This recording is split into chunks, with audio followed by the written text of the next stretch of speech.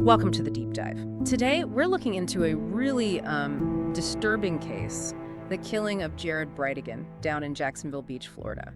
This happened back on February 16th, 2022. Yeah, it's a tough one. It's got all these complicated layers, relationships, alleged motives. It's still unfolding, really. Absolutely. And for our deep dive today, we're mainly drawing on the information laid out on the Wikipedia page for the killing of Jared Bridegan. Our aim here is to, map out the key events, understand how the investigation progressed, and see where the legal side of things stands now. It's got that tragic whodunit feel. Definitely. Okay, so let's start with the victim. Who was Jared Bridegan? Right. Jared Bridegan was 33 when he was killed. Professionally, he was doing well, a senior design manager at Microsoft, but more personally, he was a dad, a father of 4 kids. 4 kids. Yeah, twins from his first marriage who were a bit older, and then a very young daughter, only 2 at the time, with his second wife, Kirsten. Okay, and he wasn't new to the area, right? Jacksonville was home for him? Very much so. Born in Missouri, but raised in Jacksonville. He even went to the Douglas Anderson School of the Arts there. Later, he got a degree in digital media from Utah Valley University. And before Microsoft, he'd worked at other tech places, like Clean Simple Eats and Web.com. And just for context, because it does become relevant later, he had been married twice and divorced twice. That's correct. That history, unfortunately, plays a part in the background to these events. Yeah, okay, so let's talk about that night, February 16th of 2022. What happened? Well, Jared was doing the routine drop-off. He took his 9-year-old twins back to his ex-wife's place in Jacksonville Beach. And his little girl, the 2-year-old, she was with him in the car, in his Volkswagen Atlas, in the backseat. Just doing a normal co-parenting duty, hard to picture. It really is. So he drops him off, drives away, and somewhere along Jacksonville Drive near Sanctuary Boulevard, he sees a tire in the middle of the road. Just sitting there. That seems odd. Exactly. It wasn't like road debris. It seemed placed. So Jared gets out of his SUV to move it. And that's when it happened. That's when he was ambushed. Shot multiple times, right there on the road. Investigators pretty quickly figured this looked like a setup. Like the tire was bait, a planned hit. That was the immediate suspicion, not some random road rage incident. It felt deliberate. And his daughter was still in the car. That's just horrifying. It is. Some reports mentioned bullets actually hit the car near where she was sitting. Incredibly dangerous. Do we know the time? Yeah, this is around 7:45 in the evening. Police got the call and were on scene by about 8 p.m. Okay. So police arrive, see the scene. What was their initial take? Their assessment very early on was that this was premeditated, calculated, maybe even rehearsed. Rehearsed, wow. Yeah, which suggests planning, not a spur-of-the-moment thing. It pointed towards something more planned, more sinister. Okay, so if it's planned, then you start looking for motive, for connections. Precisely. And it didn't take long for the focus to shift towards the background. Specifically details about a pretty contentious custody battle he'd been having with his ex-wife. That came up quickly then. It did. And there's another early clue, security footage. It showed a blue Ford F-150 truck near the scene around the time of the shooting. Ah, the truck. That seems like a solid lead. It was. And that truck led them to a man named Henry Tenon. He owned a similar Ford F-150. Okay. Just owning the truck, or was there more? Well, there was a connection. It turns out Tenon had previously been a tenant in a property owned by Mario Fernandez Saldana. Who is? He's the man who was married to Jared's ex-wife Shanna Gardner at the time. Oh, okay. So the connections start weaving together there. Tenon, the truck, the ex-wife's new husband. Exactly. And it wasn't just the truck. They checked Tenon's phone records. Yeah. Pinged him right there in Jacksonville Beach on the night of the murder. Plus, he had a prior criminal record, which likely, added to the interest. So they talked to Tenon. What does he say? His initial story was, let's say, convenient. He claimed a friend had borrowed his truck that night.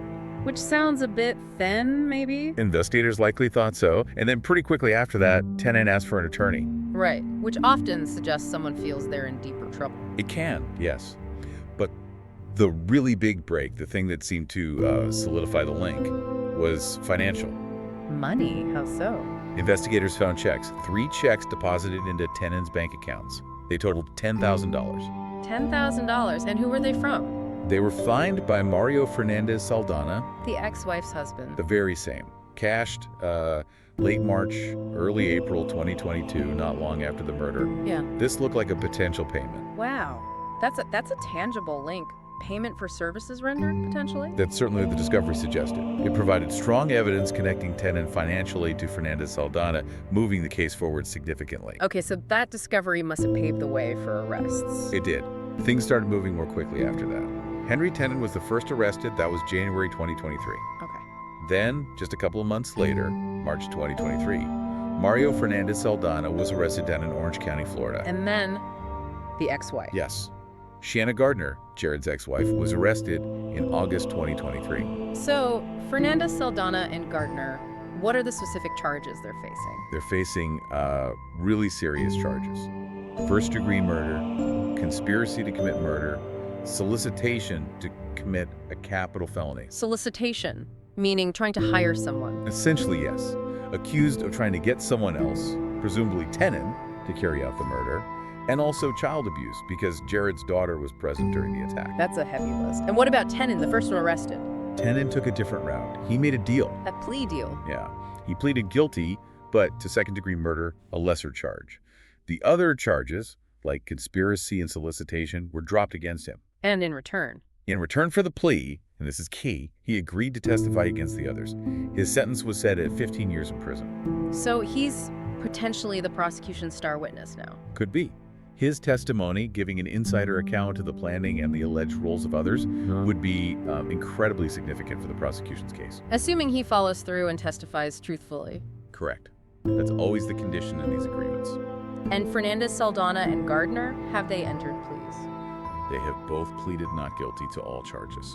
And this is potentially a capital case. Yes, the prosecutors have stated they are seeking the death penalty. So, a very high-stakes trial ahead. Do we know when that might happen? The current expectation is sometime in late 2025, so there's still quite a way to go with the legal process. It really underscores how long these complex cases can take to work through the system. Absolutely. But, amidst all the legal proceedings, it's important to remember the human side the family left behind. Of course. Jared's widow, Jared Bridegan, has done something quite remarkable, hasn't she? She really has. She started the Bridegan Foundation in Jared's memory. And they have a specific initiative, the Bexley Box. That's right. And it's named after their daughter, Bexley, the one who was in the car. Oh, wow. What are the boxes for? It's such a thoughtful idea. They're care packages, basically, filled with items for children who end up, for whatever reason, at a police station or a sheriff's office. Kids caught up in difficult situations. Exactly. Maybe witnesses, maybe victims of circumstance. The boxes have things like small toys, sippy cups, diapers, blankets. Just basic comfort items. Things to make a scary situation a little less traumatic for a child. That's the goal. They started in Florida, but the hope is to expand it. It's an incredible way to channel grief into something positive. It really is. A powerful testament to resilience. It brings the focus back to the human cost of these crimes, doesn't it? Definitely. It stretches far beyond the courtroom, affecting families, communities. So, just to recap quickly, we have this seemingly targeted killing of Jared Bridegan, an investigation that uncovered connections, financial trails. Right, leading to the arrest of Henry Tenon, who confessed to being the triggerman and is now cooperating. And then the arrests of Jared's ex-wife, Shanna Gardner, and her husband, Mario Fernandez Saldana, who both face first-degree murder charges and potentially the death penalty. They've pleaded not guilty, and the trial is likely still over a year away, probably late 2025. It shows incredible police work, piecing all that together. The financial evidence, Tenon's cooperation, those seem like critical turning points in building the case. It's a really sobering story, the violence, the alleged betrayal, the impact on those kids. And the long road to justice that the family's still traveling, but also that counterpoint of the foundation, creating something good from tragedy. Yeah, it leaves you thinking, doesn't it? Maybe something for you, the listener, to mull over. When you see cases like this, where really intense personal conflicts like custody battles seem to be at the heart of it, what does that tell us? What does it reveal about how far human conflict can sometimes go? And maybe you reflect on the sheer effort involved in untangling these complex webs to find some measure of truth and justice. It's rarely simple.